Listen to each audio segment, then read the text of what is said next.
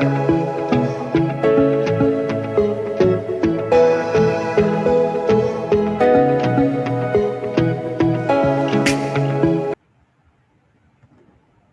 वालेकुम students, hope you are doing well. जैसा कि आपको मालूम है कि हमारा मास्टर बजटिंग का चैप्टर चल रहा था और उसके ऊपर आज हमारा 11th लेक्चर है। इससे पहले 10 लेक्चर के अंदर हमने जितने भी मास्टर बजटिंग के अंदर बजट्स आते हैं उनको हमने इंडिविजुअली डिस्कस किया और आपको बताया कि हर बजट इंडिविजुअली कैसे बनाया जाएगा और उसके अंदर क्या क्या पूछा जा सकता है। अब से जो लेक्चर्स स्टार्ट होंगे और उनमें जो जो क्वेश्चन डिस्कस किए जाएंगे वो किस टाइप के होंगे, वो मल्टीपल बजट्स के होंगे। यानी कि उसमें दो या दो से ज़्यादा बजट्स को आपस में मिलाकर आपको क्वेश्चन दिया जाएगा और उसको आपने सॉल्व करके दिखाना है।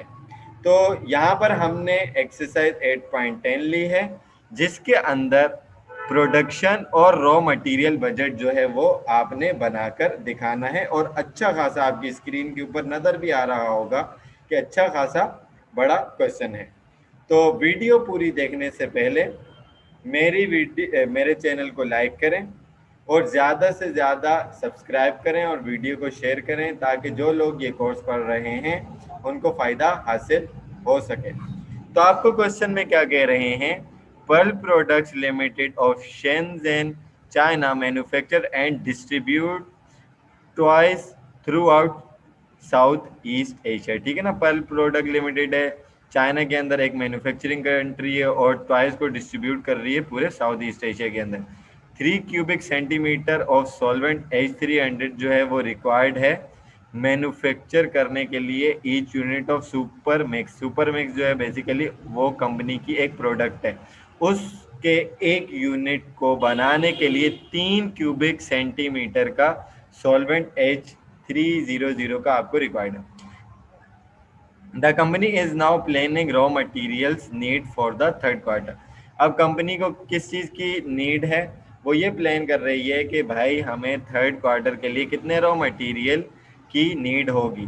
The quarter in which peak sales of super mix occur. ठीक है ना, वो क्वार्टर जिसमें सुपर मिक्स की जो सेल है वो बहुत ज़्यादा होती है। To keep production and sales moving smoothly, अपनी प्रोडक्शन को और सेल्स को स्मूथली मूव करने के लिए the company has the following inventory requirement. Company को कुछ इन्वेंट्री की रिक्वायरमेंट्स हैं जो कि आपके सामने मौजूद है। वो क्या कह रहे हैं, इन चीज़ों को बड़ा ध्यान से देखें।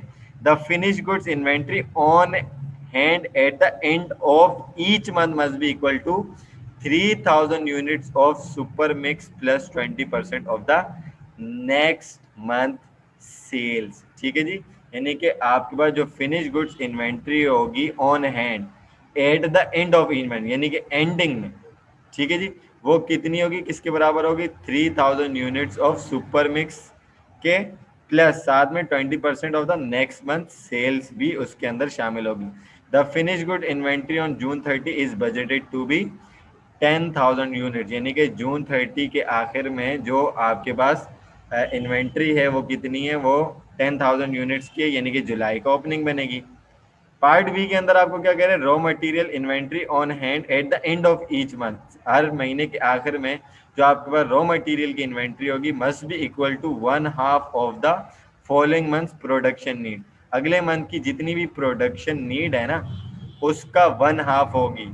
क्या 1/2 होगी, रॉ मटेरियल की ending inventory. The raw material inventory on June 30 के आखिर में रॉ मटेरियल की बजटेड इन्वेंट्री कितनी थी, 54,000 क्यूबिक जो क्यूबिक सेंटीमीटर है ऑफ सॉल्वेंट H300 का। ठीक है जी, जो कि जुलाई का क्या बनेगा, ओपनिंग बनेगा। The company maintain no work in process inventories. Company की वर्क इन प्रोसेस इन्वेंट्रीज जो हैं वो मेंटेन नहीं की जा रही हैं। तो the cell budget for super mix for the last 6 month, आखिरी 6 महीने जुलाई अगस्त सितंबर अक्टूबर और नवंबर और दिसंबर, जो आखिरी 6 मंथ हैं उसके लिए आपके पास दिया हुआ है 35,000, 40,000, 50,000, 30,000, 20,000 और 10,000। और आप देख सकते हैं सितंबर वो मंथ है जिसके अंदर आप की जो सेल है वो बहुत ज़्यादा हो रही है।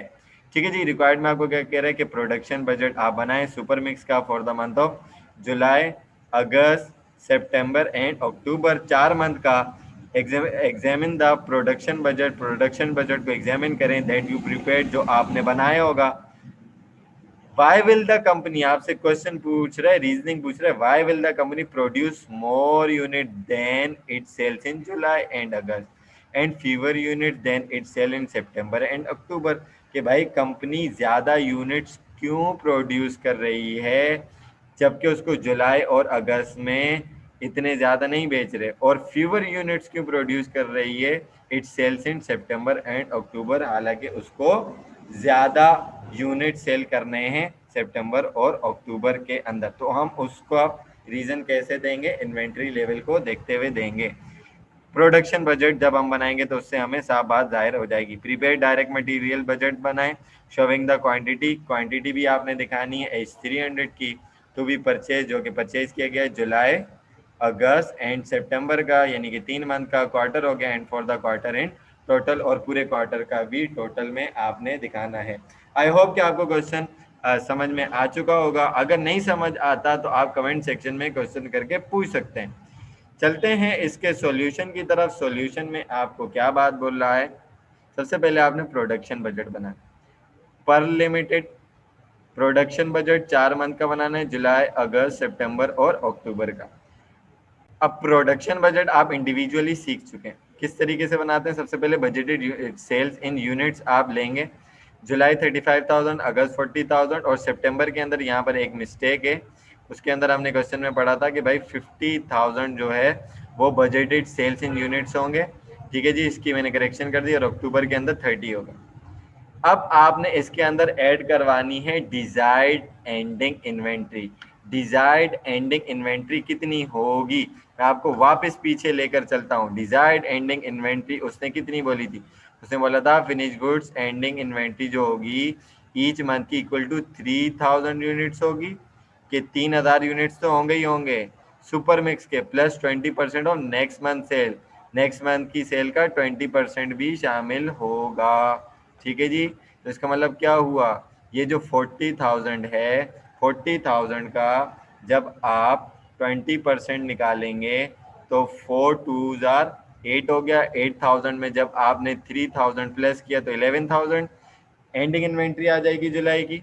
इसी तरीके से जब आप अगस्त की निकालेंगे तो अगस्त की 3,000 तो फिक्स है, और 50,000 का आप जब निकालेंगे 20% तो 5 2 10, 10 में आपने 3 प्लस किया तो 13,000 एंडिंग इन्वेंट्री। इसी तरीके से 3,000 यहाँ पर फिक्स है। अगले महीने की बजट सेल्स यूनिट कितने, 3, जब उसका आपने 20% निकाला 3 2 6, 6 में 3 प्लस किया तो 9,000। इसी तरीके से यहाँ पर आपका 3,000 फिक्स था। नेक्स्ट मंथ की जो सेल थी वो कितनी थी, अक्टूबर के बाद जो नवंबर है उसकी 20,000 यूनिट्स की थी। 2 2 4, 4,000 यूनिट्स निकलेंगे। 4,000 यूनिट्स के अंदर आपने 3,000 प्लस किया तो अक्टूबर की एंडिंग इन्वेंट्री आपके पास कितनी आ गई, 7,000 यूनिट्स की आ गई। अब जब आप इन सब एंडिंग इन्वेंट्रीज को ऐड करवा देंगे तो टोटल नीड कितनी आ गई, 46,000 यूनिट्स की, यहाँ पर 53,000 यूनिट्स की, यहाँ पर 59 और यहाँ पर 37,000 यूनिट्स की आ जाएगी। आपके पास जून के अंदर जो एंडिंग इन्वेंट्री बचकर आई थी वो जुलाई के अंदर बिगिनिंग होगी, और वो थी 10,000 यूनिट्स की, वो यहाँ पर आपने लिख ली। जो जुलाई का एंडिंग होगा वो ओपनिंग बनेगा अगस्त का। ठीक है जी, जो अगस्त का एंडिंग होगा वो ओपनिंग होगा सितंबर का, और इसी तरीके जो सितंबर का एंडिंग होगा वो ओपनिंग बनेगा किसका, अक्टूबर का। जब और इसको आपने लेस करवाना है, लेस करवाया तो रिक्वायर्ड प्रोडक्शन जुलाई की कितनी है, 36,000 यूनिट्स, अगस्त की कितनी है, 42,000 यूनिट्स, और सितंबर की 46,000 यूनिट्स, और अक्टूबर की 28,000 यूनिट्स आपके पास आ गई। अब उसने ये सवाल पूछा था रीजनिंग में, जो रीजनिंग में सवाल पूछा था वो क्या पूछा था कि प्रोडक्शन बजट को एग्जामिन करते हुए बताएं कि why will the company produce more unit than it sales in July and August. ठीक है ना, यानी कि सितंबर में ज्यादा आप जो है वो बेच रहे हो, और हालांकि आप जो है वो सेल यूनिट वगैरह जितने भी हैं वो बना ज़्यादा कब रहे हो, जुलाई और अगस्त में बना रहे हो, और क्या कर रहे हैं, fewer unit than it sell in September and October, ठीक है ना। हाँ, और बाद में जो है वो आप कम यूनिट्स बना रहे हो, हालांकि ज़्यादा तो आपने क्या कब बेचने हैं, सितंबर में बेचने। तो भाई उसका रीज़न क्या है कि कंपनी को सितंबर के अंदर ज़्यादा यूनिट्स बेचने हैं, इसलिए उसकी प्रोडक्शन नीड भी ज़्यादा होगी। बाद में वो अपनी प्रोडक्शन को कम कर देंगे, पहली वाली को जब वो ज़्यादा कर देंगे तो उस वक्त उनको सितंबर के अंदर कोई प्रॉब्लम नहीं होगी अपनी इन्वेंट्री लेवल को या अपनी प्रोडक्शन को मेंटेन करने के लिए। और बाद में जब वो कम करेंगे, पहले ज़्यादा था, बीच में उसकी रिक्वायरमेंट पूरी हो गई, बाद में जब वो कम करेंगे तो उसका जो इन्वेंट्री का लेवल है वो मैच कर जाएगा और उनको किसी भी तरीके की प्रॉब्लम नहीं होगी।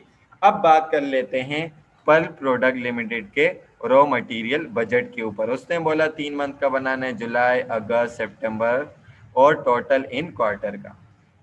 रॉ मटेरियल बजट इंडिविजुअली आपने बनाना सीखा। कैसे बनाते हैं, सबसे पहले रिक्वायर्ड प्रोडक्शन जुलाई के आपने यहाँ पर ट्रांसफर कर दिए 36,000, अगस्त के आपने ट्रांसफर किए 42,000 और सितंबर के आपने ट्रांसफर किए 46,000। ओके जी, तो इसका मतलब क्या हुआ कि ये टोटल क्वार्टर के लिए कितने हो गए, 124,000 यूनिट्स हो गए पूरे क्वार्टर के, ये यूनिट जो आपने बनाकर दिखाने।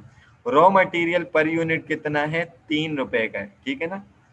ये यहाँ पर आप देख सकते हैं कि 3 क्यूबिक सेंटीमीटर जो है उस हिसाब से आपने इसको लेना है और यहाँ पर आकर आपके पास ये वैल्यू कैलकुलेट हो जाएगी, ठीक है जी। तो 3 से आपने जब रॉ मटेरियल जो है वो पर यूनिट के हिसाब से कितना लग रहा है, सॉरी ये प्राइस नहीं है, ये कितना क्यूबिक सेंटीमीटर लग रहा था 3, तो 3 से आपने इसको क्या कर देना है, रिक्वायर्ड प्रोडक्शन यूनिट को मल्टीप्लाई कर देना है। जब आप मल्टीप्लाई करेंगे तो टोटल प्रोडक्शन नीड जुलाई के लिए 1,08,000 यूनिट्स, अगस्त के लिए 126,000 यूनिट्स और सितंबर के लिए 138,000 यूनिट्स और पूरे क्वार्टर के लिए 3,72,000 यूनिट्स आ जाएगा।